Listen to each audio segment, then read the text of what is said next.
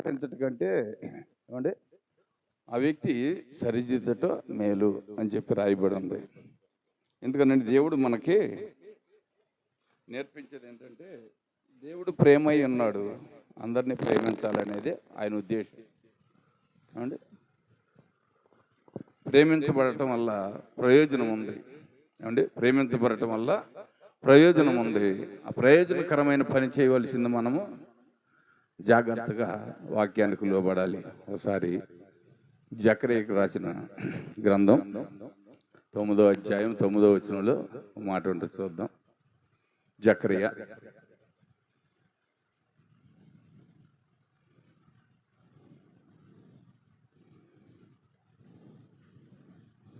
9:9.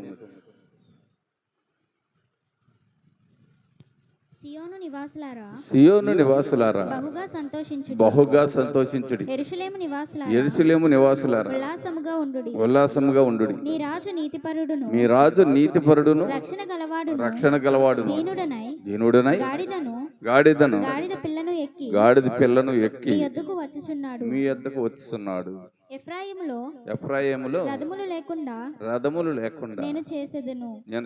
యెరూషలేములో గుర్రములు లేకుండా చేసేదను. యుద్ధపు విల్లు లేకుండా పోవును. చాలా వినపడుతుందండి. రాజు ఎక్కడి నుంచి వస్తున్నాడు అండి? ఆయనకి పాపం గుర్రం ఎక్కే అవకాశం లేదనుకుంటా, అంతేనా? గుర్రం ఎక్కే అవకాశం లేకుండా గాడిద పిల్లని ఎక్కాడు.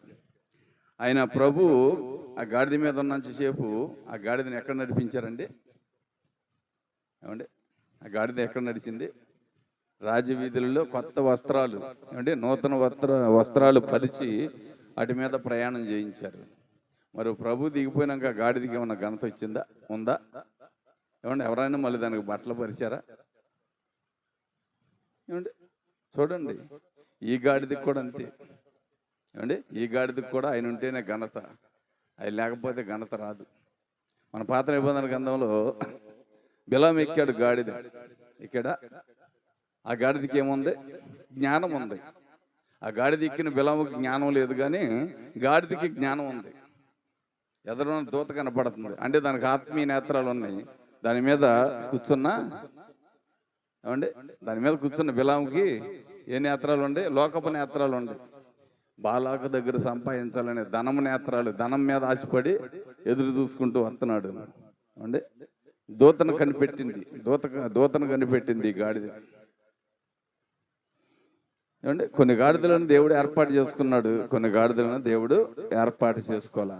ప్రతి గాడిద దేవునికి ఇష్టమైనది కాదు. కొన్ని గాడిదల ద్వారా దేవునికి దుఃఖము కూడా ఉంటుంది, కొన్ని గాడిదల ద్వారా మహిమ కూడా ఉంటుంది. అవునా? ఆ గాడిద యేసు ప్రభు ఎక్కాడు. అదే ఎవరన్నా ఎక్కుంటే ఆ చీరలు పరుస్తారా? ఏమండి ఆయన ఏ గుర్రాన్నో కోరుకోవాలి వాస్తవం అయితే. మరి గాడిద పిల్లని ఎందుకు కోరుకున్నాడు? ఏమండి ఎందుకు కోరుకున్నాడు? అలాగే భూమి మీద అనేకులు ఉన్నారు, అందరికీ అవకాశం ఇలా మనకిచ్చాడు దేవుడు. ఈ అవకాశాన్ని మనం జాగ్రత్తగా సద్వినియోగపరుచుకుంటూ దేవుని చిత్తమునకు ఇదైతే చూపించాలి. 7వ వచనం కూడా చూడమ్మా ఒక మాట. వారి నోట నుండి రక్తమును వారికను తినకుండా వారి పండ్ల నుండి హేయమైన మాంసమును నేను తీసివేసేదను. వారును శేషముగా నుందురు. మన దేవునికి వారు యూదా వారిలో పెద్దల వలె నుందురు. ఎక్రోను వారును యెబూసీయుల వలె నుందురు. నేను కనులారా చూచితిని గనుక బాధించువారు ఇకను సంచరింపకుండాను, తిరుగులాడు సైన్యములు నా మందిరము మీదికి రాకుండాను దానిని కాపాడుకొనుటకై నేను ఒక దండుపేటను ఏర్పరచెదను. కనబడుతుందండి. దేవునికి వ్యతిరేకంగా ఏది రాదు, ఏది వచ్చినా అది నిలవదు. దేవుడు కొన్నిటిని ఏర్పాటు చేశాడు. ఇప్పుడు మనం చదివాం కదా అండి, మనం చదివిన వాటిలన్నిటిలోనూ ప్రభు ఆజ్ఞాపించిన వాటిల్లో కొన్నిటిని నెరవేర్చడం కొరకు దేవుడు సిద్ధం చేశాడు. అక్కడ ఏం జరిగిందంటే, ఇది ఎందుకు ఓడదీస్తున్నారు అని అడిగినప్పుడు ఇది ప్రభువుకు కావాలను అనగానే ఎవరు మారుబాటు చెప్పారా? ఎవరయ్యా ప్రభు? మా గాడిద పిల్లలు ఎందుకు తెమ్మన్నాడు? ఏమండి మా గాడిద పిల్లలు ఎందుకు కావాలన్నాడని ఎవరన్నా ప్రశ్నించారా? ఎవరో ప్రశ్నించడానికి అవకాశం లేదు. ఎందుకని?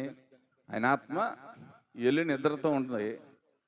ఇద్దరు వెళ్ళి అక్కడ మాట్లాడగానే వారిలో ఏమంటే ఆలోచించే వివేచన కలిగిన జ్ఞానం ఉంది. ఆ జ్ఞానాన్ని బట్టి ఎవరునూ మాట్లాడకుండా ఇప్పి తోలి పంపించేశారు. అవునా కదా? పంపించారా? ప్రశ్నించలేదు కదా వాళ్ళు? ప్రశ్నించారా?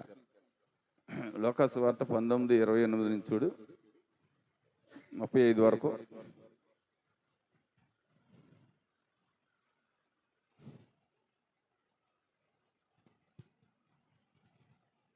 యేసు ఈ మాటలు చెప్పి యెరూషలేమునకు వెళ్ళవలనని ముందుకు సాగిపోయెను.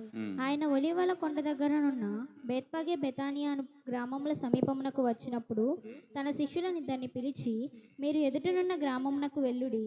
అందులో మీరు ప్రవేశింపగానే కట్టబడి ఉన్న ఒక గాడిద పిల్ల మీకు కనపడును. దాని మీద ఏ మనుషుడును ఎన్నడూనూ కూర్చుండలేదు. దానిని విప్పి తోలుకొని రండి. ఎవరైనాను మీరెందుకు దీన్ని విప్పుచున్నారని మిమ్మల్ని అడిగిన ఎడల ఇది ప్రభువునకు కావలసి ఉన్నదని అతనితో చెప్పుడని చెప్పి వారిని పంపెను. పంపబడిన వారు వెళ్ళి ఆయన తమతో చెప్పినట్టే కనుగొని ఆ గాడిద పిల్లను విప్పుచుండగా దాని యజమానులు, మీరు గాడిద పిల్లని ఎందుకు విప్పుచున్నారని వారిని అడిగిరి. అందుకు వారు, ఇది ప్రభువునకు కావలసి ఉన్నదనిరి. తరువాత వారు యేసునొద్దకు దానిని తోలుకొని వచ్చి ఆ గాడిద పిల్ల మీద తమ బట్టలు వేసి యేసును దాని మీద ఎక్కించి ఆయన వెలుచుండగా తమ బట్టలు దారి పొడుగున పరిచిరి. ఒలీవ కొండ నుండి దిగుచోటికి ఆయన సమీపించుచున్నప్పుడు శిష్యుల సమూహం అంతయు సంతోషించుచు, ప్రభు పేరిట వచ్చు రాజు స్తుతింపబడునుగాక, పరలోకమందు సమాధానమును సర్వోన్నతమైన స్థలములలో మహిమయు ఉండునుగాక అని. ఏముందంటే అక్కడ పరలోకమందు సమాధానమును సర్వోన్నతమైన స్థలములకు మహిమ కలిగి ఉండునుగాక అని అక్కడ శిశువులు చెప్పుతున్నారు. యేసుప్రభుని మొదట్లో శిశువులు కూడా అర్థం చేసుకోవాలి. అర్థం చేసుకున్నారా? అర్థం చేసుకోవాలా? ఎందుకని? ఏమండి, ఆయన ఒక మానవుడుగానే మానవుడుగానే చూస్తున్నారు. దేవుని ఉద్దేశాలు వాళ్ళు కలిగి లేరు. ఎందుకనంటే ఆయన ఒక మానవుడుగానే వాళ్ళతో ఉన్నాడు, వారితో కలిసి జీవిస్తున్నారు, వారు ఏది పెడితే తింటున్నారు, దానినే చూశారు. కానీ దేవునుడు ఒక ప్రత్యేకత ఉన్నదనేది వారికి అర్థం కాల. ఎప్పుడు అర్థమైంది? ప్రభు చెప్పుతున్న ఒక్కొక్కటి నెరవేరుతున్నప్పుడు. 38 వచ్చింది చూడమ్మా. ప్రభు పేరిట వచ్చురాజు స్తుతింపబడునుగాక, పరలోకమందు సమాధానమును సర్వోన్నతమైన స్థలములలో మహిమయు ఉండునుగాక అని తాము చూచిన అద్భుతములన్నిటిని గూర్చి మహాశబ్దంతో దేవుని స్తోత్రం చేయసాగిరి. ఆ సమూహంలో ఉన్న కొందరు పరిసయ్యులు, బోధకుడా, నీ శిష్యులను గద్దింపమని ఆయనతో చెప్పగా ఆయన వారిని చూచి, వీరు ఊరుకుండిన ఎడల ఈ రాళ్ళు కేకలు వేయనని మీతో చెప్పుచున్నానని. వినబడుతుందండి? ఒక రాళ్ళు ఊరుకుంటారేమో, వినబడుతుందా? ఆ రాళ్ళు కేకలు పెడతాయి, అందువల్ల ప్రయోజనం లేదు, వారిని మాట్లాడనీమని చెప్పి యేసు ప్రభు చెబుతున్నాడు అండి. ఎందుకని? దేవుని ఆత్మ అక్కడ వారి మీద అల్లాడుతున్నది. పరలోకం నుంచి తండ్రి మహిమ కుమారునికి అనుగ్రహించబడింది కనుక ఆ సమయంలో వాళ్ళు అలాగ సంతోషించు దేవుణ్ణి గణపరచు ఆయనను మహింపరచుటకు సిద్ధం చేసిన ఆ సమయం అది. అనేకులు వచ్చి వారి వస్త్రాలు పరిచి గానపతి గానాలతో ఖర్జూరపు మాటలతో ఊరేగుతూ సంతోషిస్తున్నారు. ఇప్పుడు ప్రభువుని సిద్ధం చేయిస్తున్నారు. దేనికి సిద్ధం చేయిస్తున్నారండి? దేనికి సిద్ధం చేయిస్తున్నారు? రాబోవు ఈ భక్తి కొరకు. ఇప్పుడు ప్రభు ఈ 40 దినాలు ఉపవాసం ఉండి ప్రార్థన చేశారు. ప్రార్థన సిద్ధపడి ఉన్నారు. వీళ్ళు ఈ లోక సంబంధమైన దాని విషయమే సిద్ధం చేస్తున్నారు. ఇక ఆయన మరణానికి సిద్ధం అవుతున్నాడు. సిద్ధపాటు కొరకు వీళ్ళు గణపరుస్తూ ఆయన్ని సంతోషపరుస్తూ ఆయన నామాన్ని ఉచ్చరిస్తూ ప్రతి ఒక్కరికి తెలియపరుస్తున్నాడు. మీ రాజు యెరూషలేము వీధులలో తిప్పుతున్నారు రాజుని. ప్రతి వీధిలోనూ రాజు తిరుగుతూనే ఉన్నాడు. ప్రతి వీధికి తిప్పుతూ ఆయననే మహింపరచుతూ వస్త్రాలు పరచుతూ దేవునికి మహిమ రావాలనే ఒక మంచి ఉద్దేశంతో చేయిస్తున్నారు. మరి మనం కూడా ప్రభు కొరకు జీవించాలంటే అంటే ప్రభు కొరకు మనం జీవించాలంటే ప్రభు ఏం చేయాలి అంటే మనల్ని కూడా ఆ గాడిదకి ఎలాగా ఘనత ఇచ్చిందో అలాగే మనల్ని కూడా దేవుడు ఘనపరిచే స్థితిలో మనము జీవించడానికి ప్రయత్నించాలి. అంటే ఆ విలువ ఎప్పుడు కోల్పోకూడదు. ఆయన విలువలను మనం ఎన్నడూ తగ్గించేవారికి ఉండకూడదు. మన నైతిక విలువలను బట్టి దేవుని విలువను తగ్గించామనుకోండి మనకి ఘనత రాదు. ఆ గాడిద పక్కన పెట్టినప్పుడు దానికి ఘనత అంటూ రాల, సామాన్యంగా ఉంది. మళ్ళీ ఇంటికి తీసుకెళ్ళిపోయినప్పుడు అది ఆ జన సమూహంలో తిరుగుతున్నప్పుడే దానికి మంచి సమృద్ధి ఘనత కలిగింది. నీవు నేను కూడా ఘనత కలిగి ఉండాలంటే దేవునికి ఒక మంచి ఉద్దేశం కలిగిన వ్యక్తులుగా ఉండాలి. ఆయన మహిమార్థమైన జీవితాన్ని కలిగి జీవించుటకు దేవుడు మనకు అప్పగించిన ప్రతి ఒక్క దానిలో ఇక్కడ ఏముంటుందంటే ఒక్కొక్క అధ్యాయంలో ఒక్కొక్క వచనంలో ఒక్కొక్క రకంగా అంటే ఉంటుంది. ఒక్కొక్క అధ్యాయంలో ఒక్కొక్క వచనంలో సేమ్ అదే, కానీ కొంచెం మార్పులు ఉంటాయి. యోహాను సువార్త 12వ అధ్యాయము 12వ వచనం కానీ చూడమ్మా.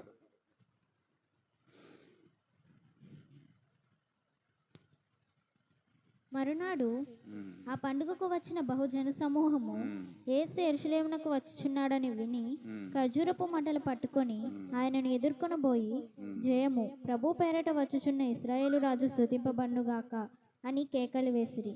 ఇశ్రాయేలు రాజు అంట ఆయన. ఏమండి? ఇశ్రాయేలు రాజు స్తుతించబడునుగాక. ఏమండి? ఇశ్రాయేల్ ప్రజలు దేవుని మాటకు లోబడ్డారా? ఏమండి? లోబడ్డారా? లోబడ్డా. ఎందుకని? మోషే పరిపాలనలో కానీ యెహోషువ ఏమండి ఇంకా కొన్ని ప్రదేశాలు కొన్ని సమయాల్లో ఏమంటే ఇసుగు చెందారు. దేవుడు అంటే ఇసుగు చెందారు, ప్రవక్త అంటే ఇసుగు చెందారు. ప్రవక్తని నిర్లక్ష్యం చేశారు. ఎందుకని నిర్లక్ష్యం చేయటం కారణం ఏంటంటే వారు శ్రమ పడటకు ఇష్టపడలా, దేవుని కొరకు అరణ్యాల్లో ప్రయాణం చేయటకు ఇష్టపడలా, బానిసత్వానికి ఇష్టపడ్డారు. ఏమండి? ఆ దినాల్లో బానిసత్వానికి ఇష్టపడ్డారు, కానీ ప్రభు కొరకు ప్రయాణం చేసి ఆయన చూపించే దేశానికి వెళ్ళటానికి ఇష్టపడలేకపోయారు. కష్టం తగలకూడదు క్రైస్తవులకి. ఏమంటే కష్టం తగిలితే క్రైస్తవులు ఏమంటే కష్టం తగిలితే ఇబ్బందులు పోయి ఇబ్బంది ఇచ్చేద్ది. కష్టపడకోకుండా క్రైస్తత్వం రాదండి. యేసు ప్రభు ఇప్పుడు 40 దినాలు ఎందుకు ప్రార్థన చేశాడు? యేసు ప్రభు 40 దినాలు ఎందుకు ప్రార్థన చేశాడు? ఏమంటే నిన్ను నన్ను రక్షించడం కొరకు, అంటే మన పాప విముక్తిని తీసివేయటం కొరకు ఆయన ప్రాయశ్చిత్తపడి అంటే 40 దినాలు ప్రార్థన చేసి విశ్వాసంలో లోతుగా ఎదుగుతూ దేవుని రాజ్యాన్ని అంటే గెలిచి మనల్ని సజీవులుగా ఉంచాలని రాజ్యాన్ని గెలవటం కొరకే ప్రయాసపడ్డాడు. సైతాను రాజ్యాన్ని గెలిచి మనం స్వతంత్రులుగా చేయాలని యేసు ప్రభు ప్రయాసపడ్డాడు. అంటే ఈ 40 దినాలకి ప్రత్యేకత ఉంది, ఉందా లేదా? అంటే ఉందా? ఆదికాండంలో మనం చూసుకుంటూ వస్తే నోవాహ దినములలో 40 దినాలు వర్షం కురిసి జలప్రళయం వచ్చి సమస్తాన్ని తుడిచివేయబడింది. సమస్తం తుడిచివేయబడింది. తర్వాత మోషే కొండ ఎక్కి 40 దినాలు ప్రార్థన చేసి ఏమంటే విశ్వాసాన్ని నేర్చుకుని దేవునికి కృతజ్ఞతడుగా జీవించాడు. ఏమండి? అలాగే 40 దినాలు 40 సంవత్సరాలు అంటే ఇశ్రాయేలీలు అరణ్యంలో ప్రయాణం చేశారు. 40 సంవత్సరాలు వినపడుతుందండి. తర్వాత మోషే మళ్ళీ 40 దినాలు ప్రార్థన చేసి 10 ఆజ్ఞల పలకను తెచ్చాడు ప్రజలకు. అర్థమైందండి? 10 ఆజ్ఞల పలక ఎప్పుడు వచ్చింది? మళ్ళీ 40 దినాలు. చిన్న మనూళ్ళే తాతయ్య కూర్చుంటారు అక్కడ, జాయిల్ తాతయ్య కూర్చుంటారు, వాటి కూర్చు ఆ కుర్చీలు కూర్చు అందరూ అంటే 40 దినాలు ప్రార్థన చేసి 10 ఆజ్ఞలు పలక తెచ్చాడు. తర్వాత 40 దినాలు ప్రార్థన చేసి ఏమంటే ఎరుకో గోడలను కూల్చారు. అవునా? ఎరుకేదో గోడలు కూల్చబడటానికి 40 దినాలు మళ్ళీ ప్రయాసపడాల్సి వచ్చింది. అర్థమవుతుందా? ఈ 40 దినాలకి ఒక ప్రత్యేకత ఇది. ఏమంటే దేవుడు 40 దినాలు ప్రార్థన చేసి ఉపవాసం ఉండి ప్రార్థన చేసి మనకి ఏమంటే నిత్య జీవాన్ని ఇచ్చాడా?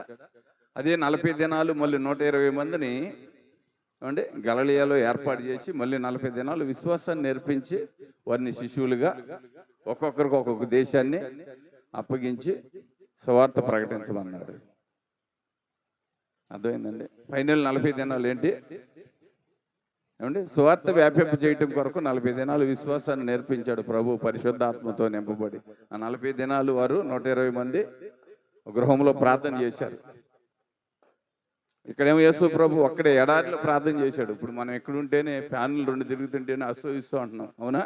మరి ప్రభువుకి అక్కడ ఫ్యాన్లు పెట్టారా? గృహం ఉందా? ఏమంటే మరి గృహ నిర్బంధం ఏమైనా ఉందా ఆయనకి? ఏమీ లేదు. ఎడారిలో కూర్చుని ఏమంటే ఒలీవ కొండ మీద కూర్చుని చెట్ల కింద కూర్చుని ప్రార్థన చేస్తున్నాడు రాత్రి పగళ్ళు. అంటే ఆయన పడుకుంటాకు కానీ ఏమంటే భుజించటానికి కానీ ఏమీ లేవు, తాగటానికి నీరు కూడా లేదు. 40 దినాలు కటికి ఉపవాసం చేసి ప్రార్థన చేసి విశ్వాసాన్ని నేర్చుకున్నాడు. మరి నేర్చుకుంటే సైతాన్ని ఒప్పుకుందా? ఏమంటే ఒప్పుకుందా? ఒప్పుకోలే. ఎందుకే నీకు కడుపు మార్చుకుంటావు? నువ్వు దేవుని కుమారుని చెప్పుకుంటున్నావు కదా, ఈ రాళ్ళు రొట్టెలు చేసుకోమని చెబుతుంది. అంటే రాళ్ళు రొట్టెలు చేసుకోమని చెబుతుంది. ఎందుకని దాని రాజ్యం కోల్పోతుందని దానికి భయం. ఏమంటే దాని రాజ్యం కోల్పోతుందని భయం. చూసావమ్మా ఇక్కడ చదివుగా 12వ వచనం కాడ నుంచి. మరునాడు ఆ పండుగకు వచ్చిన బహుజన సమూహము యేసు యెరూషలేమునకు వచ్చుచున్నాడని విని ఖర్జూరపు మట్టలు పట్టుకొని ఆయనను ఎదుర్కొని పోయి జయము ప్రభు పేరట వచ్చుచున్న ఇశ్రాయేలు రాజు స్తుతింపబడుగాక అని కేకలు వేసిరి. సియోను కుమారి భయపడకుము, ఇదిగో నీ రాజు గాడిద పిల్ల మీద ఆసీనుడై వచ్చుచున్నాడు అని వ్రాయబడిన ప్రకారం యేసు ఒక చిన్న గాడిదను కనుగొని దాని మీద కూర్చుండు. ఆయన శిష్యులు ఈ మాటలు మొదట గ్రహింపలేదు గాని యేసు మహిమపరచబడినప్పుడు అవి ఆయనను గూర్చి రాయబడినని వారు ఆయనకు వాటిని చేసిరని జ్ఞాపకమునకు వచ్చి. ఎప్పుడు తెలిసిందండి వాళ్ళకి? అండి ప్రభు కొన్నిసార్లు ఉపమాన భావాలు ఎన్నో మాట్లాడారు. ఉపమాన రీతిగా కొన్ని ఉపమానాలు తెలియపరిచినప్పుడు ఏంటి ప్రభు ఎలా మాట్లాడుతున్నాడు, బోధకుడు ఇలా మాట్లాడుతున్నాడు అనుకున్నారు. ఏమంటే కొన్ని సందర్భాలు వచ్చినప్పుడు వాటిని ఆలోచించినప్పుడు వీటి విషయమేనా ప్రభు అప్పుడు మాట్లాడింది అని అర్థమయ్యింది. తర్వాత ప్రభు వెళ్ళిపోయినాక బోల్డ్ అంత అర్థమైంది వాళ్ళకి. ఏమండి ఆయన ఉన్నప్పుడు తక్కువ అర్థమైంది, ఆయన వెళ్ళిపోయినాక ఎక్కువ విశ్వాసాన్ని నేర్చుకున్నారు. కష్టాలు పడ్డారు, విశ్వాసాన్ని నేర్చుకున్నారు. ఇక్కడ మనం చూసినట్లయితే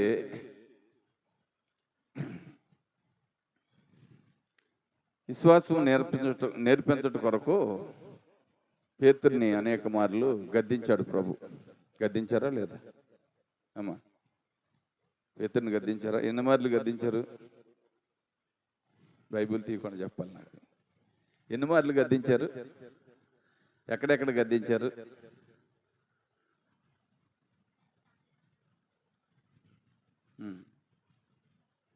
అది మొదటిసారి, అది మొదటి గద్దింపు. సాతానా నా వెనక పొమ్మన్నది మొదటి గద్దింపు. రెండోది కత్తి పట్టుకున్నప్పుడు గద్దించారు, అవునా? మూడోది నువ్వు అబద్ధం ఆడందే కోడుకు ఇదని చెప్పారు. నాలుగోది సముద్రంలో ఆయన నీళ్ళ మీద నడుస్తున్నప్పుడు వీళ్ళు వేటకి వెళ్ళారు. ఆయన పరిశుద్ధాత్మతో నింపబడి ఏమండి దిగొచ్చాడు. వీళ్ళ ప్రభు వెళ్ళిపోయాడు కదా, మనకు విశ్వాసం నేర్చుకున్న మటుకి మనకు ఎవరు ఆదరణ ఇచ్చేవారు లేరు కనుక మన పని మనం చేసుకుందామని చెప్పి వెళ్ళిపోయారు. అంటే సముద్రం మధ్యకి వెళ్ళిపోయారు. ప్రభు అప్పుడు వచ్చారు. అమ్మో దెయ్యమో భూతం అని కేకలు పెడుతుంటే కాదు నేనే అని చెప్పాడు. అయితే నేను కూడా నడుస్తాను ప్రభు అని పేతురు కంగారు పాపం. పేతురుకి దుడికి ఎక్కువ. అంటే కంగారుగా వచ్చాడు. దిగిపోతున్నప్పుడు అల్ప విశ్వాసి అన్నాడు. పడుతుందండి అల్ప విశ్వాసం అంటే కొంచెం అల్పమైన మనసు ఆయన. వీటన్నిటిని గుర్తు తెచ్చుకుని పేతురు పట్టుదల తెచ్చుకున్నాడు. ప్రభు ఇన్ని మార్లు నన్ను గద్దించటకు కారణం ఏంటి? ప్రభువుకి నేను ఇంకా సంపూర్తిగా లోబడలేదా? ఇంకా నేను లోబడవలసింది ఏమన్నా ఉందా? నేర్చుకోవాల్సింది ఏమేమి ఉందా అని చెప్పి ఆలోచించి ఏమండి ఒక ఉన్నతమైన ఉద్దేశాలను కలిగి ప్రభు పక్షాన్ని ఉన్నప్పుడు ఆయనతో ఏమన్నాడు? నేను నీ బండ మీద పునాది వేసేదను, నేను సంఘం కట్టడకు నేను వాడుకుంటున్నాను, ఇగో ఆకాశపు తాళపు చెవులు ఇస్తానని చెప్పాడు దేవుడు. అండి అన్నిసార్లు గద్దించినప్పుడు మరి ఆయన ఇసిగిపోతే తాళాలు ఆయనకు వచ్చాయా అండి? తాళాలు అందేయా? ఆ బండ మీద పునాది వేసేవాడా దేవుడు? సంఘాన్ని కట్టేవాడా? అక్కడికి చివరిలో మనం యోహాను సువార్త చివరిలో చదువుతున్నప్పుడు ఏమంటాడు? పేతురు నా గొర్రెలు మేపుతావా? మేపుతాను ప్రభువా. పేతురు నా గొర్రెలు మేపుతాను ప్రభువా. పేతురు నా గొర్రెలు మేపుతాను ప్రభువా. పేతురు నా గొర్రెలు మేపుతానని చెప్పానుగా ప్రభు, ఎన్నిసార్లు అడుగుతావు అంటే ఇసిగిపోయాడు అప్పుడు కూడా. వినపడుతుందండి? అతనిలో సహనాన్ని, ఏమంటే అతనిలో అసహనం ఎంత ఉందో సహనం ఎంత ఉందో పరిశీలన చేయటం కొరకు ప్రభు పరిశీలిస్తున్నాడు. ఏమండి ఏంటి ప్రభు ఇన్నిసార్లు చెప్పాను కదా అని తొందరపడ్డాడు. లేదయ్యా, నేను నీ మీద నమ్మిక ఉంచాను కనుక నీవు నా గొర్రెల్ని మేపు, నేను ఆ బండ మీద పునాదేసి సంఘాన్ని కడతానని చెప్పాడు. ఇంకక్కడి నుంచి సంఘాలు కట్టడం ప్రారంభమయ్యింది. అర్థమవుతుందండి? దేవుని చిత్తాన్ని మనం తెలుసుకోవాలి. మొదట దేవుని చిత్తాన్ని తెలుసుకోవాలి. దేవుని చిత్తం తెలుసుకోకుండా మనం ఏమీ చేయలేము. ఏం చేసినా అది ప్రయోజనకరమైనదిగా ఉండదు. మొదట ఆయన ఏం చెబుతున్నాడు దాన్ని వినాలి. ఏమండి ఇన్నిటి వల్ల విశ్వాసం కలుగుద్ది అండి. నేను పొద్దున్నే జకరియా గ్రంథం మొత్తం చదివాను. దానిలో బోధకుల గురించి, ఏమండి బోధకుల్లో ఉన్న ప్రమాదాలను గురించి ఎక్కువ రాయబడి ఉంది. బోధించే విషయంలో వారు ఎలా ఉన్నారు, వారి జీవితం ఎలాగుంది, దానికి తగినంత జీవితం కలిగి ఉన్నారా లేదా మీరు చదవండి, అర్థమవుద్ది. నేను ఎందుకో పొద్దున్నే లేచి 4 గంటలకి తీస్తే అంటే ఇప్పుడు కూడా నేను వచ్చింది అదే చదివా. 11వ అధ్యాయం కాడి నుంచి 14వ అధ్యాయం వరకు మొత్తం 3 అధ్యాయాలు చదివితే అక్కడ ఖండితంగా చెప్పేస్తున్నాడు దేవుడు. ఖండితమైన మాట. అంటే ఏమేమి నష్టాలు కలిగితే, ఏమేమి మేలులు జరుగుతాయి, ఎందుకు అవి జరుగుతాయి, ఎందుకు అలాగా దేవుడు చేయని ఉద్దేశించి ఉన్నాడు అంటే చెప్పబడుతుంది. వాక్యం మనకు అనుకూలమైనదిగా తీసుకుంటాం కంటే మనకు విరోధంగా ఉన్న వాక్యాన్ని మనం ప్రేమించి హత్తుకుంటే మంచిది. ఎందుకంటే మన జీవితం కట్టబడద్ది అండి, మన జీవితం కట్టబడద్ది. మనకి ఉన్నతమైన ఉద్దేశాలు మనలో అంటే ఉన్నతమైన ఉద్దేశాలు ఇంప్రూవ్ అవుతుంటాయి. ఒక్కొక్కటి పెరుగుతూ ఉంటాయి, కొంచెం కొంచెం పెరుగుతూ ఉంటాయి. అర్థమవుతుందండి? ప్రభు ఏం చెప్పాడు? ఒకడు ఏమంటే యావత్ ప్రపంచాన్ని సంపాదించుకుని తన ప్రాణం పోగొట్టుకుంటే ప్రయోజనం ఏమన్నా ఉందా? ఏమంటే లేదు కదా. ఇక్కడ యేసు ప్రభు ప్రాణం పోగొట్టుకున్నటకు యావత్ ప్రపంచానికి ఏమండి ఏమి ఇచ్చాడు? యావత్ ప్రపంచానికి రక్షణ ఇచ్చాడు. అనేకుల్ని నశించిపోతున్న వారికి వెలుగునిచ్చాడు. వెలుగు వల్లే మనము జీవించబడటకు సాధ్యమవుతుంది. ఆ వెలుగు లేకపోతే మనం ఎందుకు పనికొచ్చేవాళ్ళం కాదు. ఆయన 40 దినాలు ఉపవాసం ఉండి అంటే ఇప్పుడు ఇది సంతోషకరముగా మనం చెప్పుకున్నాము. అక్కడ ఉన్న ప్రజలు కూడా దీన్ని ఘనముగా ఎంచారు. కానీ ప్రభు హృదయం అంతా దుఃఖంతోనే ఉంది. అంటే ప్రభు హృదయంలో దుఃఖం ఉన్నది. కారణం ఏంటి? ఏమంటే ఆయన మొయ్యవలసిన, అది తాగవలసిన పాత్ర చాలా భారభరితమైనది. ఏమంటే చాలా కష్టంతో కూడబడి ఉంది. దాని విషయమే ఆయన కలత చెందుతున్నాడు. ప్రజలు ఊరేగిస్తున్నారు ఆయన్ని. అంటే చెద్దపాటు కొరకు, అంటే చెద్దపాటు కొరకు ప్రభు సిద్ధం అవుతున్నాడు. ఆయనకి విశ్వాసం నేర్పుతున్నాడు దేవుడు. తన తండ్రి విశ్వాసాన్ని నేర్పుతున్నాడు. ప్రభు మనకి విశ్వాసాన్ని నేర్పుతున్నాడు. మనం కూడా నేర్చుకోవాలి. అంటే మనం కూడా విశ్వాసాన్ని నేర్చుకోవాలి.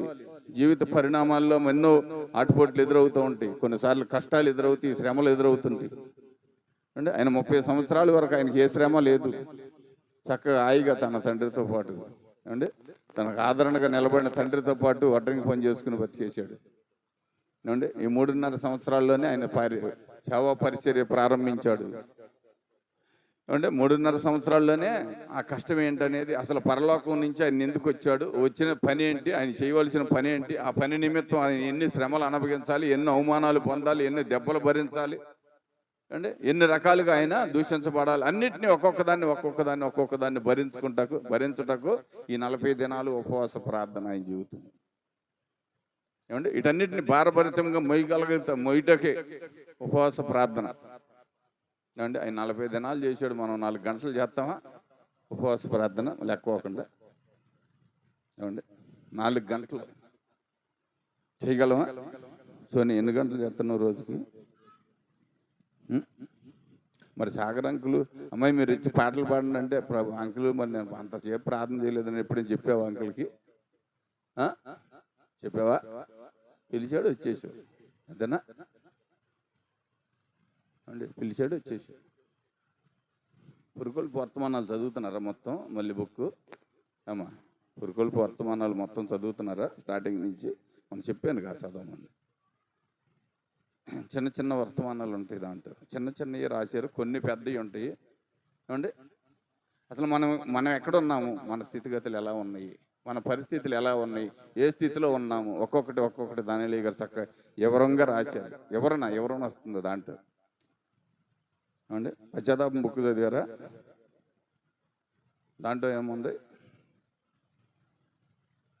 ఎన్ని రోజులు ప్రార్థన చేస్తే దేవుని ఆత్మ ఆ వ్యక్తిని వెంటాడద్ది, ఏమేమి మానుకుంటే దేవుని ఆత్మ వెంటాడద్ది, ఏమేమి అంటే మనిషి తన స్వచిత్తాలతో, సొంత తెలివితో, సొంత ఉద్దేశాలతో కొన్నిటిని ఆపగలుగుతాడు కొంతకాలమే, అవునా కదా? తర్వాత మళ్ళీ ఆ వ్యక్తిని కలుసుకుంటాయి అంటే వినపడుతుందండి. ఏమండి ఆపు మారు మనసు, ఏమంటే సగం మారు మనసు గురించి, పరిపూర్ణమైన మారు మనసు జీవితంలో ఒకటేనండి, ఒకటే ఏదంటే అది నిర్ణయించుకునే దాని మీద ఆధారపడి ఉండాలి. అది నీ జీవితంలో ఎన్నడో దాన్ని మళ్ళీ తిరిగి చూసటకు అవకాశాన్ని ఇవ్వకూడదు. అలాంటి కఠినమైన నిర్ణయం ఇప్పుడు యేసు ప్రభు తీసుకున్నది అదే. శరీరంలో చెమ్మ లేకపోయినా ఏమండి ఆయన రక్తం ఎలా వస్తుందో తెలుసా? ఈ ఎంటికలు రంధ్రాలు అంట చెమట వల్లే భూమి మీద కారుతుందంట యేసు ప్రభు రక్తం. ఏమండి ఎందుకని? తాగటానికి మంచి లేవు గనక శరీరం ఉన్న చెమట మొత్తం నీరంతా ఇనిగిపోయింది. ఇక ఉన్న రక్తమే బయటికి చెమట వల్లే ఉబ్బుతుందంట బయటికి. అంత తల్లడిల్లిపోతూ ప్రభు ప్రార్థన చేస్తున్నాడు. ఆ ప్రార్థనాత్మ ఆయన జీవితాన్ని ఏమండి ప్రతిష్టపడుతుంది. శారీర బలహీనతగా ఉన్న ఆత్మ ప్రతిష్టముగా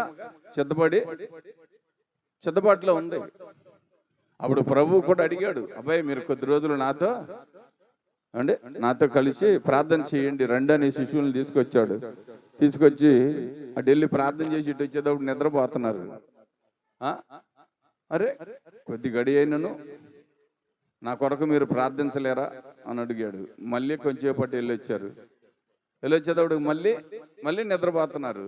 మళ్ళీ లెగ్గొట్టాడు ప్రభు.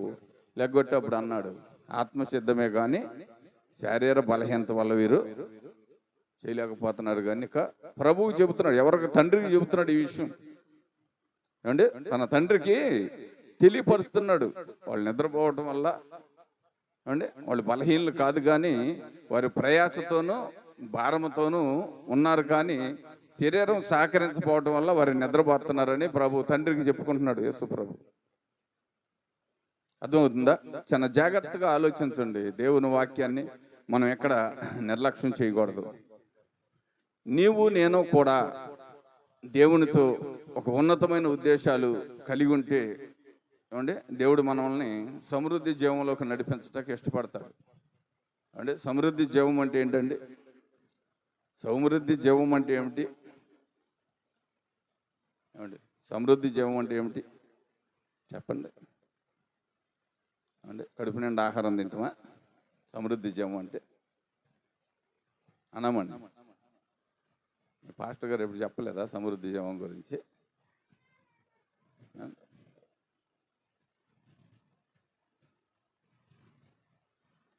అనమని వినపడతలేదా? సమృద్ధి జీవం కొరకు మనం ప్రయాసపడాలి. సమృద్ధి జీవం అంటే నీవెప్పుడు మెలకువ ఆత్మలో మెలకువ కలిగి ఉండాలి. దేవుణ్ణి దినదినము గణపరిచే వ్యక్తిగా. ఏ టైం లెగుతారు మీరు? కరెక్ట్గా చెప్పండి. రాత్రి ఏ గడియల్లో లేచి ప్రార్థన చేస్తారు? మొదటి గడియ ఏం తిరుగుతాయి? మొదటి గడియ ఏం తిరుగుతాయి అండి? మొదటి గడియలు ఏం తిరుగుతాయి? మొదటి జాములు ఏం తిరుగుతాయి? తేళ్ళు పాములు వినపడుతుందమ్మా? తేళ్ళు పాములు మంటర గబ్బాలు ఇవి తిరుగుతాయి. రెండో గడియలో చీకటి శక్తులు తిరుగుతాయి, మూడో గడియలో రాక్షస శక్తులు తిరుగుతాయి, నాలుగో జామున దేవదూతలు వస్తాయి భూమి మీదకి. ఏమండి, నాలుగో జాము ఎక్కువ జాము, అర్థమైందండి? 4 అయితే చాలు, ఇక దేవదూతలు భూమి మీదకి వచ్చేస్తాయి. ఎందుకంటే ప్రజలు లేచి వారి వారి పనులు ప్రారంభించటకు మోకరించి ప్రార్థన చేస్తుంటారు. ప్రతి గుమ్మాన్ని దర్శించి ఎవరు దేవునికి మహిమకరంగా ఉన్నారు, ఎవరు నోరు తెరిచి ప్రభువుని ఏమండి కొనియాడుతున్నారు, ప్రతి విషయాన్ని జాగ్రత్తగా ఇది అయిపోయినాక ఉంటుంది. ఇది అయిపోయినాక ఎర్రటెండలో నుంచోబెట్టి కొంచెం పనిష్మెంట్ ఇస్తా. ఇక్కడ గొడవ చేసిన వాళ్ళకి అక్కడ ఉంటుంది బయట, కనపడుతుందా?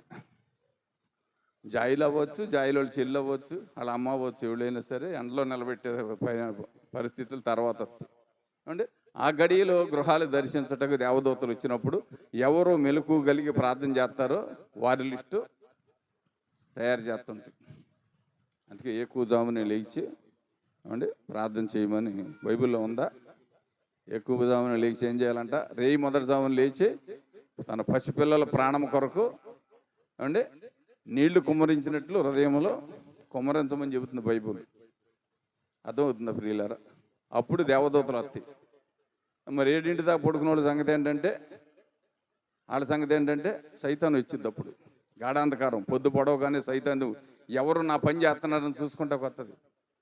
6-6:30 వరకు పడుకుంటే వాళ్ళు సైతాను సంబంధులే, నేను చెబుతున్నది కనపడుతుందా? అందుకనే బైబిల్లో ఉంటుంది సామెతల గ్రంథంలో, సోమరి చేమలి వద్దకు వెళ్ళము అంటే వాటి జ్ఞానం, వాటి మెదడును చూసి అంటే జ్ఞానం తెచ్చుకోమని చెబుతుంది. వాటి నడవడకను చూసి అంటే 7 గంటల వరకు పడుకునేవారు ఆ గృహంలో ఉంటే తరివేయమని చెబుతుంది బైబిల్, సామెతల గ్రంథంలో ఉంటుంది. అంటే 7 దాకా పడుకునే వాళ్ళు ఎవరు చేయలేస్తండి అండ్ ఇంట్లో 7 వరకు పడుకునే వాళ్ళు ఎవరు? అది ఒక పెద్ద సోమరు బయటపడింది. ఇంకా అండి చాలా తప్పు అండి. 4 గంటలకు లేగాలి, లేదు 3 గంటలకు లేగాలి. లేచి వారి పనులు ఏమన్నా ఉంటే సమకూర్చుకుని 4 గంటలకు మోకరించి ప్రార్థన చేసి, లేదు 4:30 గంటలకు లేచి ప్రార్థన చేస్తే మంచిది. అంటే ఆ కుటుంబానికి కంచి వేయటం కనపడుతుందండి. నేను 7-8 లేచి బోళ్ళు ప్రార్థన చేస్తానంటే అప్పుడు ఎవరు వినరు, అప్పుడు దేవదూతలు రావు. అంటే నువ్వు 7-8 లేచి ప్రార్థన చేస్తే దేవదూతలు అప్పుడు రావు వెంటాకి. ఎక్కువ జామున అవి సంచరిస్తూ ఉంటాయి. ఏమండి సంచరించి అప్పుడు ప్రార్థన విజ్ఞాపనను అంటే చక్కగా గ్రంథంలో రాసుకుని అంటే పరలోకానికి చేరుతాయి. అర్థమవుతుందా? అదే ప్రార్థన. ప్రార్థన ఎప్పుడు పడితే అప్పుడు చేసేది కాదు. ప్రార్థన అనేది ఉదయకాలం ఎక్కువ జామునే లేచి మొదట కన్నీటితో ప్రార్థన చేతేనంట దేవదూతలు వచ్చి ఆ కన్నీటిని అంటే ఆ ఒలికిన కన్నీటిని తీసుకెళ్ళి బుడ్లో దాచి, ఇదిగో ఒకప్పుడు నా కుమార్తె లేదా నా కుమారుడు దివారాత్రులు కన్నీటితో ప్రార్థన చేసి విశ్వాసాన్ని కాపాడుకున్నారు. ఏమంటున్నాడు దావీదు? నేను దినదినము కన్నీటి చేత నా పరుపు తేలజేస్తున్నాను. దినదినం అమ్మో రోజు పరుపు తేలుతాండి మాట్లాడి నా కన్నులు గుంటలు పడిపోయినాయి అని చెబుతున్నాడు. ఉందా? మరి మనం ఏం చేస్తున్నాం? ఎంత ప్రార్థన చేస్తున్నాం? ఏమంటే ఎంత ప్రార్థన చేస్తున్నాం? నేను 3 సంవత్సరాలు ఏకదీటిగా ప్రార్థన చేశాను మార్పు చెందినాక. నేను 39 రోజులు ప్రభుతో గడిపి 3 సంవత్సరాలు అసలు ఒక రోజు కూడా 1 గంట కూడా మానుకోకుండా ఉదయమో సాయంత్రం అంటే ఉదయం 4 గంటలు, సాయంత్రం 4 గంటలకు వెళ్ళి 6 గంటలు 7 గంటల వరకు పొలంలో ప్రార్థన చేసేవాడిని. కనపడుతుందా? ఉదయం 4 గంటలకి లేచి 7 గంటల వరకు ప్రార్థన చేసేవాడిని. బయటికి వెళ్ళిపోయేవాడిని, చీకటి సాటిన బయటికి వెళ్ళి ప్రార్థన చేసేవాడిని. ఎందుకని? ప్రభు నాకు ఇచ్చిన ఆశ. అంటే 3 సంవత్సరాలు అలాగే చేసేవాడిని. వ్యవసాయం పని ఉండా సరే, వ్యవసాయం పని ఉండా ఆ పని మట్టుకు మానేవాడిని కాదు. ఎందుకని? దేవుడు నాకు ఇచ్చిన బాధ్యతను నేను నెరవేర్చాలని ఒక మంచి ఉద్దేశం కలిగి ఉన్నా. అంటే నన్ను ఎన్ని రోజులు ప్రార్థన చేయమని దేవుడు చెప్పలా, కానీ నేనే చేయాలనుకున్నా. అంటే చేయాలని ఒక ఉద్దేశంతో ఎవరితోనూ మాట్లాడేవాడిని కాదు. నా ప్రార్థన అయిపోయే వరకు ఇంట్లో నాకు కుటుంబంలో భార్య బిడ్డలతో కూడా మాట్లాడటానికి ఇష్టపడేవాడిని కాదు ఆ ప్రార్థన సమయంలో. ఎందుకనంటే ఇంకొక విషయం కూడా చెబుతాను మీకు.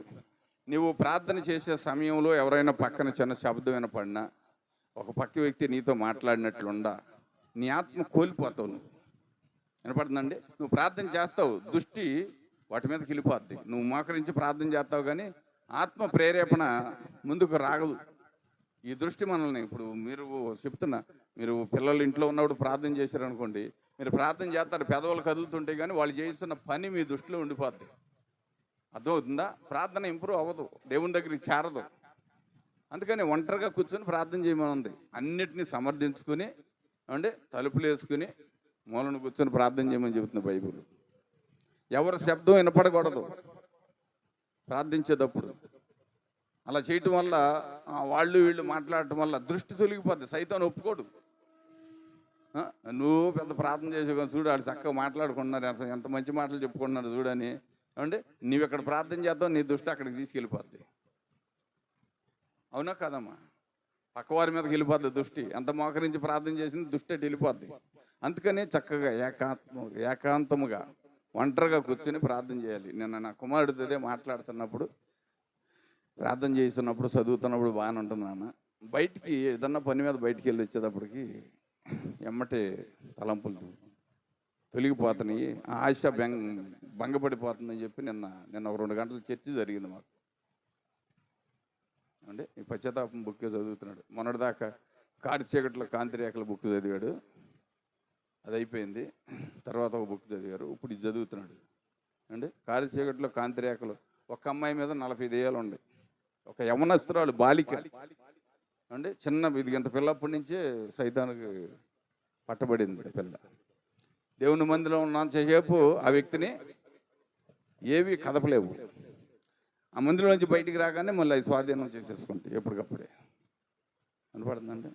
అది కొంతమంది చూడండి, వాక్యం చక్కగా చిలక పలుకులుగా చెబుతారు, కానీ దాన్ని నెరవేర్చేకాడికి వచ్చేటప్పటికి విఫలమైపోతాం. ఎందుకని? ఆత్మ ఉన్నంతసేపు అది నడిపింపు వచ్చింది, బయటికి వెళ్ళినాక మొత్తం వచ్చేది. అవునా కదా? ఎందుకని? ఆటోమేటిక్గా ఆకర్షించేద్ది సైతాను. యేసు ప్రభు 40 దినాలు ప్రార్థన చేశాడు, అసలు దాన్ని ఆ స్థాయిల్లో కనపడకూడదు సైతాను, అని వచ్చేసింది. దాని రాజ్యం కోల్పోద్దామని కంగారు పడి వచ్చి, ఎందుకంటే రాళ్ళు రొట్టెలు చేసుకోవచ్చు కదా, నీ ఆహారం తీర్చుకోవచ్చు కదా, నీ కడుపు నింపుకోవచ్చు కదా అని చెప్పి ప్రభువు సలహా ఇస్తుంది. ఆయన ఇది తెలవదా? 40 దినాలు ఉపవాసం ప్రార్థన చేసిన రాళ్ళు రొట్టెలు చేసుకునే చేతగాకేనా? ఏమండి? నీళ్ళు ఆయన చెబితే ఒప్పుకోవా? అక్కడ ఆయన చేతితో చిన్న గుంట తీస్తే దాంట్లో నీళ్ళు ఒప్పుకోవా తాగి? మరి ఎందుకు శరీరం అంతా ఎండిపోయేటట్టు ప్రార్థన చేస్తున్నాడు? ఏమండి? సైతాను భ్రమ పెట్టి మన ఆత్మీయ జీవితాన్ని పాడు చేయటకు ఏమండి వాడు ఎంతో ప్రయాసపడుతుంటాడు. మనం భ్రమలో ఉంటాం. మన ఆత్మీయ జీవితాన్ని కాపాడుకున్నటకు మనం శ్రద్ధగా ఒంటరిగా కూర్చొని తగలబడాలండి. అలాగే చేయగలిగితేనే. ఇప్పుడు ఉదాహరణకి నేను చెప్పేది అదే, మా పిల్లలకి సమయాల్ని ఏలి నీతిమంతుని చేయగలిగాడు, కానీ కుటుంబంలో బిడ్డల్ని నీతిమంతులుగా చేయలేకపోయాడు. కారణం ఏంటి?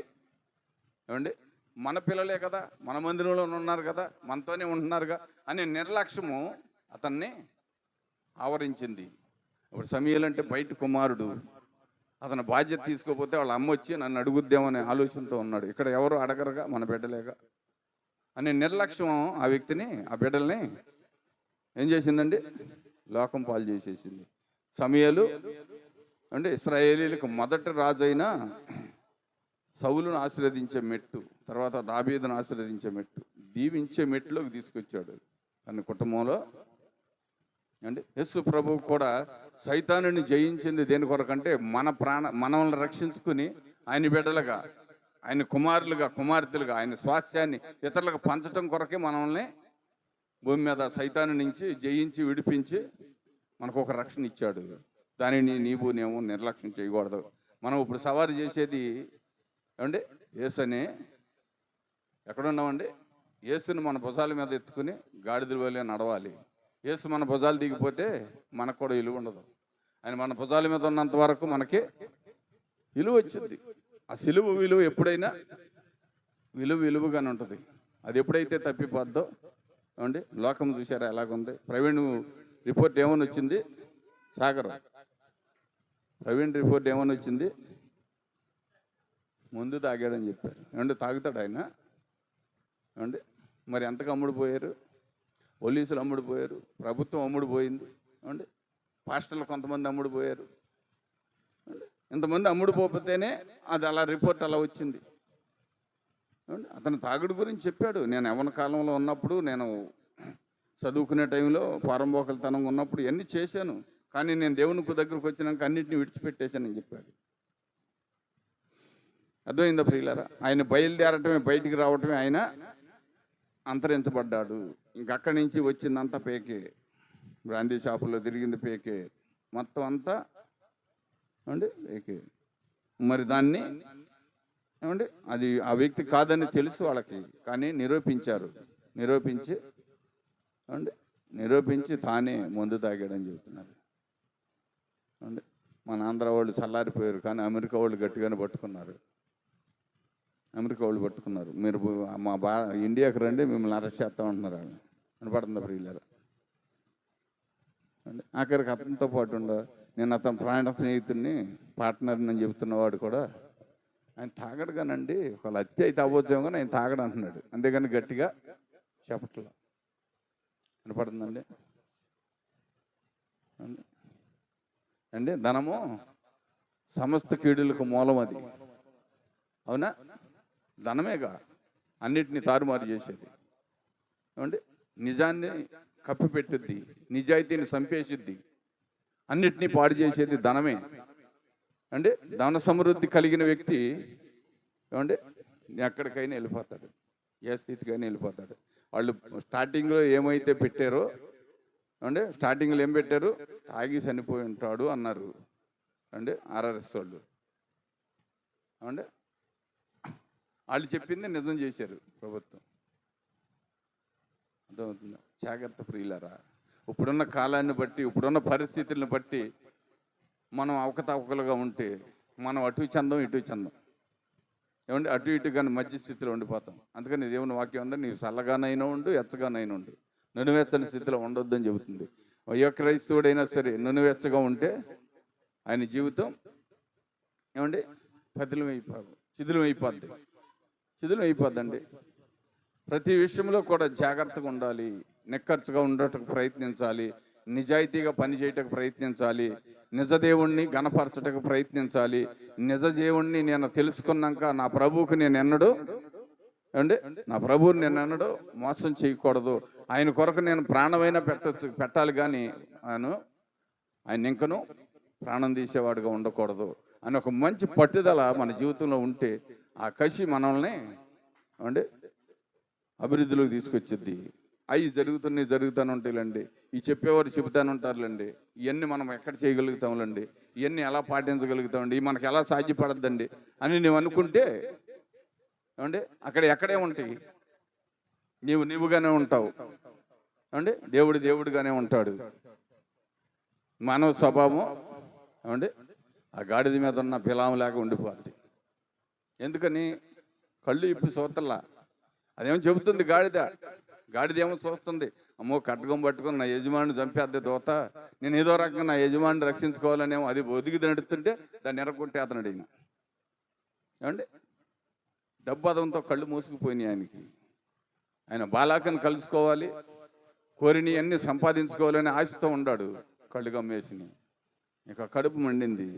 దేవుడు నోరు ఇచ్చేసాడు దానికి. నా యజమానుడు పద్దాక నన్ను హింసించడం కారణం ఏంటని అడిగింది. తుల్లిపడ్డాడు, ఒకసారి కంగారు పడిపోయాడు. ఇదేంటి గాడిద మాట్లాడుతుందని చెప్పి కంగారు పడిపోయాడు. చెప్పింది, నువ్వు నన్ను కొట్టడం కారణం ఏంటి, నువ్వు నన్ను ఎందుకు ఇరుగు సందులో తీసుకెళ్తున్నావు అన్నాడు. ఒకసారి కళ్ళు ఇప్పి చూడమంది. దేవదూత ఖడ్గం పట్టుకుని నిలబడింది. అప్పుడు వెళ్ళిపోయి గబగబా గుర్రంది గాడిద దిగెళ్ళి కాళ్ళ మీద పడి గావురుమని ఎడుతున్నాడు. అమ్మ తప్పు అయిపోయింది, నన్ను క్షమించండి. తప్పు ఎవరు చేశారు? గాడిద చేసిందా, బిలం చేశాడా?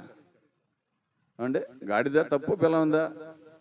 తప్పు బిలంది, కానీ గాడిదని కొడుతున్నాడు. కళ్ళు మూసుకుపోయినాయి ఆయనకి. ఆత్మీయ నేత్రాలు తెలిసేటప్పుడు టైం పట్టింది. ఆత్మీయ నేత్రాలతో చూసేటప్పుడు దేవదత్త కనపడింది. ఒక్క బాలరకు పడి అడుగుతున్నాడు. దేవుని ముందు మనం ఒక ఉన్నతమైన ఉద్దేశాలు కలిగి ఉంటే దేవుడు మనం ఉన్నతమైన స్థితికి తీసుకెళ్తాడు. ఒక వచనం చూడనా,